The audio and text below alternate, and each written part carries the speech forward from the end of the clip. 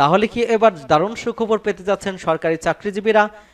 সরকারি চাকরিজীবীদের যে ঐক্য পরিষদের দাবি সেটা কিন্তু দ্রুততম সময়ের মধ্যে সমাধানের আশ্বাস দেওয়া হয়েছে। আপনারা দেওয়া স্ক্রিনে দেখতে পাচ্ছেন, ঢাকা পোস্ট করেছে এবং নম পে স্কেল এবং মহার্ঘ ভাতা নিয়ে কিন্তু দারুণভাবে তাদের সুখবর দেওয়া হচ্ছে।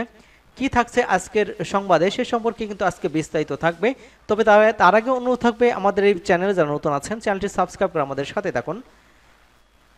50% মহার্ঘ ভাতা এবং নম পে স্কেল বাস্তবায়ন সহ 7 দফার দাবিতে কিন্তু আন্দোলনরত সরকারি চাকরিজীবী ঐক্য পরিষদের নেতাদের দাবি দ্রুততম সময়ের মধ্যে সমাধানের আশ্বাস দেওয়া হয়েছে। দুপুরে 15 সদস্য একটি প্রতিনিধি দল প্রধান উপদেষ্টার কাছে স্মারকলিপি দিতে যান। তখন প্রধান উপদেষ্টা ব্যস্ত থাকায় তার হয়ে সহকারী একান্ত সচিব সাব্বির আহমেদ তাদের এই আশ্বাস দিয়েছেন। প্রধান উপদেষ্টার হয়ে ঐক্য পরিষদের নেতাদের সাব্বির আহমেদ বলেছেন, আপনাদের অনেক দুঃখ কষ্ট আছে, সেগুলো আমি দেখেছি। সেগুলোর মধ্যে অগ্রাধিকার দাবিগুলো দ্রুততম সময়ের মধ্যে সমাধানের জন্য সংশ্লিষ্ট কর্তৃপক্ষের কাছে পাঠিয়ে দেব। এখানে যেটা বলছে যে আপনারা এতে অবগত আছেন যে 7ই ফেব্রুয়ারি কিন্তু দাবি আদায় ঐক্য পরিষদ সরকারি কর্মচারী ঐক্য পরিষদের 11 থেকে 20তম গ্রেডের যে তাদের দাবি ছিল সেটা তারা নিয়ে প্রধান উপদেষ্টার কাছে তারা স্মারকলিপি দিতে যান। এখানে কিন্তু 15 সদস্য একটি প্রতিনিধি দল ছিল, সেই প্রতিনিধিদেরকে তারা আশ্বস্ত করেছেন সাব্বির আহমেদ, অর্থাৎ প্রধান উপদেষ্টার হয়ে কিন্তু ঐক্য পরিষদের নেতাদের দাবি কিন্তু মেনে নিচ্ছেন। এর মধ্যে কিন্তু তিনি বলছেন, তিনি জানতে চাইলে কিন্তু প্রধান উপদেষ্টার এপিএস সাব্বির আহমেদ ঢাকা পোস্টকে বলেছেন যে 11তম থেকে 20তম গ্রেডের কর্মকর্তা কর্মচারীদের একটি প্রতিনিধি দল প্রধান উপদেষ্টার কাছে স্মারকলিপি দিতে আসছিল।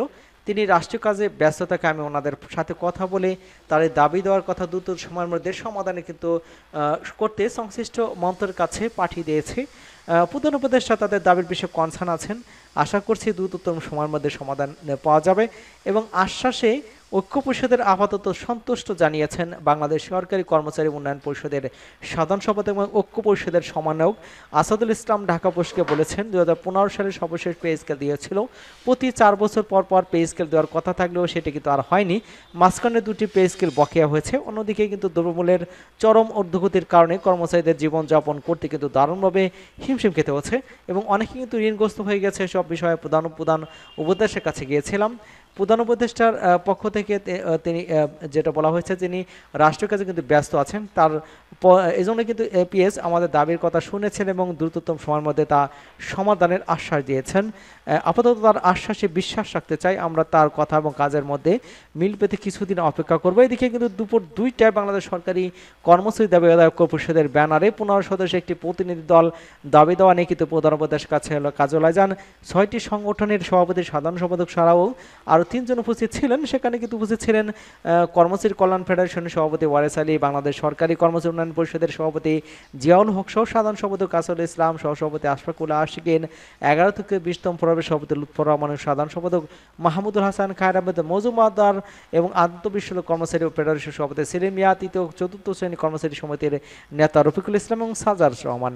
নম পে স্কেল এবং মহার্ঘ ভাতা সহ তাদের অন্যান্য দাবিগুলো হচ্ছে যে পে কমিশন গঠন করে দ্রুততম সময় দেয়, বৈষম্যমুক্ত নম পে স্কেল ঘোষণা, বেতন স্কেলের পার্থক্য সমমানের নির্ধারণ এবং গ্রেড সংখ্যা কমাতে এবং পে কমিশনে 11 থেকে 20তম গ্রেডের কর্মচারী প্রতিনিধি রাখা অন্তর্বর্তীকালীন যে সময়ের জন্য ন্যূনতম 6,000 টাকা মহার্ঘ ভাতা প্রদান। যেসব কর্মচারী নিজ গ্রেডের বেতন বৃদ্ধির শেষ দাবি পৌঁছে গেছেন তাদের বাৎসরিক বেতন বৃদ্ধি নিয়মিত করা এবং এছাড়া রয়েছে বৈষম্যহীন এক অভিন্ন নিয়োগ বিধি এবং আপগ্রেডেশন পদোন্নতি নীতিমালা বাস্তবায়ন। আপগ্রেডেশন বা পদোন্নতি নীতিমালা প্রণয়নের ক্ষেত্রে সব পাবলিক বিশ্ববিদ্যালয় অনুমোদিত আপগ্রেড বা পদোন্নতি নীতিমালা পর্যালোচনা করে সর্বোচ্চ সুবিধাপ্রাপ্ত অভিন্ন নীতিমালা বাস্তবায়ন করা এবং ব্লগ পোস্টে নিয়মিতকরণ সহ শতভাগ আপগ্রেডেশন বা পদোন্নতি দেওয়া, এমনটা কিন্তু জানানো হয়েছে।